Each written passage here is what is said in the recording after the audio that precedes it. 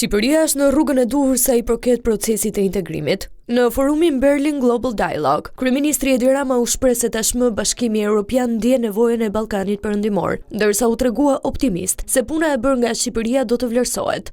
Është sfidë, por nëse ecim në përputhje me kalendarin, atëherë ana e tyre e marrëveshjes është se ata do t'i quajnë të mbyllura negociatat dhe do t'i kërkojnë shteteve anëtare t'i ratifikojnë. Kemi parashikuar edhe 2 vite të tjera. Jap se kam thënë 2030, bazuar në këtë marrëveshje. Nuk është një gjë që thjesht e dëshirojmë, por me Bashkimin Evropian nuk i dihet kurrë. Nuk është një bishe e parashikueshme. Mund të ndryshojë, se nuk është një vend.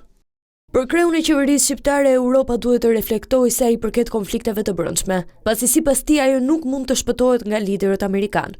Europa duhet të mbledh veten dhe duhet të kuptojë sa më shpejt që nëse do të ruajë rëndësinë e saj, duhet të ndryshojë me shpejtësi, duke nisur me reflektimin mbi atë çka ka ndodhur deri në zgjedhjen e Trump dhe më pas kundrejt luftës në Ukrainë dhe të pyes veten nëse ka një strategji të qartë për këtë. I jep merit Trump që e ka detyruar Europën të zgjohet. Nuk harroi të komentonte edhe videon virale me presidentin e Francës Emmanuel Macron dhe presidentin e Azerbajxhanit Aliyev. Ai shprehu keqardhje se ai çast shakaje u përdor nga kundërshtarët politik të Trump për të sulmuar atë.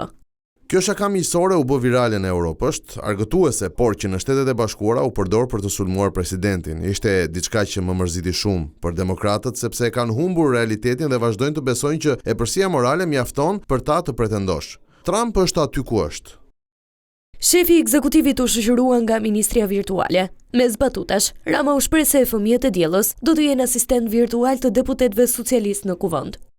Ndaj për herë të parë diella është shtatzën dhe pret 83 fëmijë, secili do të jetë për çdo antar të parlamentit ton dhe do të shërbesë asistent për ata që do të marrin pjesë në seancat parlamentare dhe do të mbajë shënim për çdo gjë që ndodh. Këto fëmijë do të kenë dijen e nënës së tyre. Forumi Berlin Global Dialogue këtë vit trajtoi temën zhvendosja e fuqisë dhe formësimi i begatisë.